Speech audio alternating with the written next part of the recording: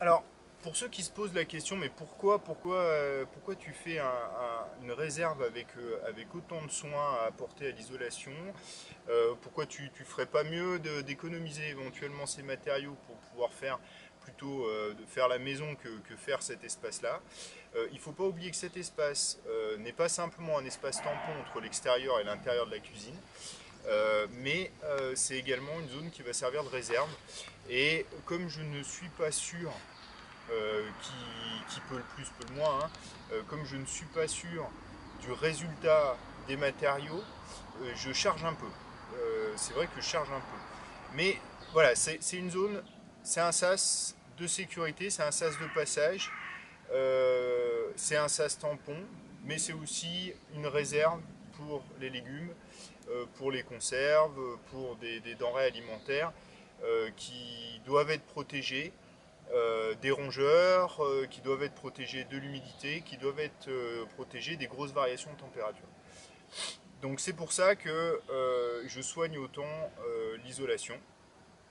Et c'est pour ça aussi qu'il y a cette chose un peu étrange que j'ai mis en place au niveau de la pointe de la dalle, cette, cette forme hexagonale, qui est en fait le coffrage que j'avais utilisé pour le poteau sud-est de la maison, hein, comme vous pouvez le voir ici.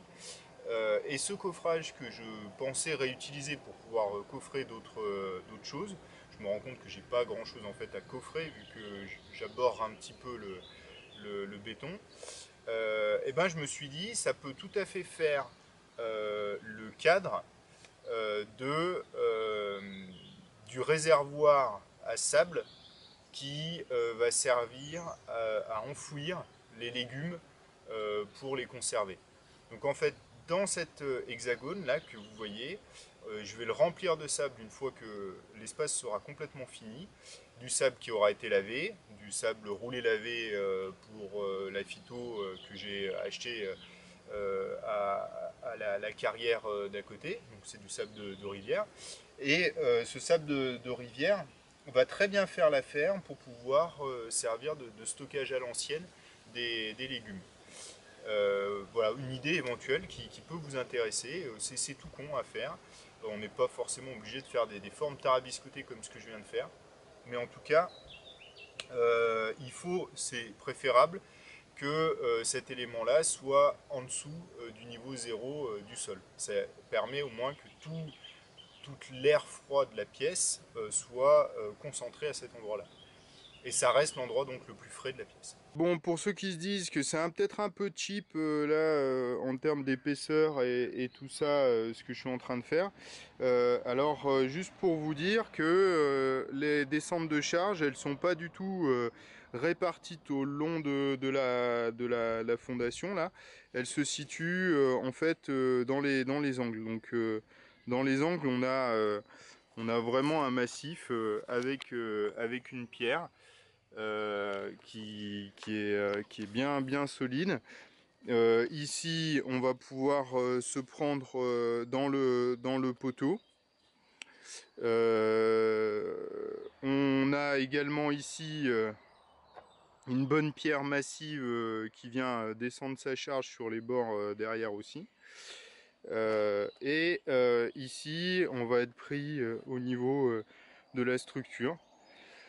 Donc voilà, globalement, on n'est pas vraiment sur une méthodologie classique où on fait une ceinture en béton et où les pièces reposent de manière répartie au long de la ceinture en béton.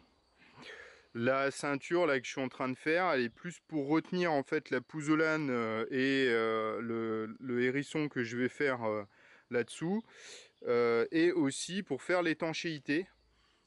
Parce que en fait je vais poser, et vous verrez ça mieux dans une autre vidéo, je vais poser ici un joint de dilatation et la pièce de bois va venir écraser ce joint pour pouvoir faire l'étanchéité, une première étanchéité à ce niveau là. Bon alors comme vous le voyez hein, on ne va pas non plus aller pousser le bouchon à carrément faire un frigo marocain ou des choses comme ça, mais on essaye dans cet espace de créer une sorte de logique propice à une meilleure résilience de la maison. Alors c'est des petits détails comme ceux que je vous ai montrés là, qui je pense vont faire la différence sur le long cours entre une maison un peu plus classique et la nôtre. Voilà le démarrage des choses un petit peu rigolotes qu'on met en place dans la maison. Ça, c'est l'avantage de pouvoir construire sa maison soi-même, parce que demander ça à un artisan, c'est un peu compliqué. Mais bon, voilà, là, il n'y a pas d'artisan. L'artisan, c'est moi, donc on peut s'amuser à faire des choses comme ça.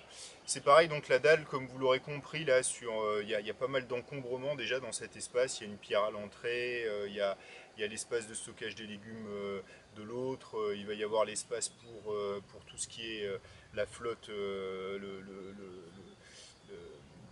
la pompe de surpression, etc., qui a déjà occupé une partie de l'espace. Donc la dalle qui reste à tirer est vraiment pas grande. D'ailleurs, je me demande si je vais la tirer de manière traditionnelle parce que c'est un peu compliqué là, vu l'espace. Donc je pense que je vais la faire à main levée. Et puis si c'est pas absolument nickel horizontal, c'est pas bien grave non plus. L'important c'est que ça se sente pas trop sous les pieds. De toute façon, on n'est pas dans une zone à risque en termes d'écoulement. On n'a pas besoin d'un sol complètement horizontal parce que c'est pas ce genre de maniaquerie qu'on a au niveau de la construction. L'important c'est qu'il y ait une bonne étanchéité au niveau des bords de la dalle et que ce soit agréable à utiliser. Donc voilà, on verra ça un peu après. Je vous ferai une deuxième vidéo sur la suite des événements. Il y a un ami qui vient me voir pour me filer un coup de main pour continuer cet espace-là. Donc je ne sais pas si j'aurai le loisir de vous montrer ça correctement en vidéo. On verra, je vais essayer de prendre le temps. Pour le moment, voilà ce que vous avez pu vous mettre sous la dent. Je vous remercie beaucoup et puis à bientôt.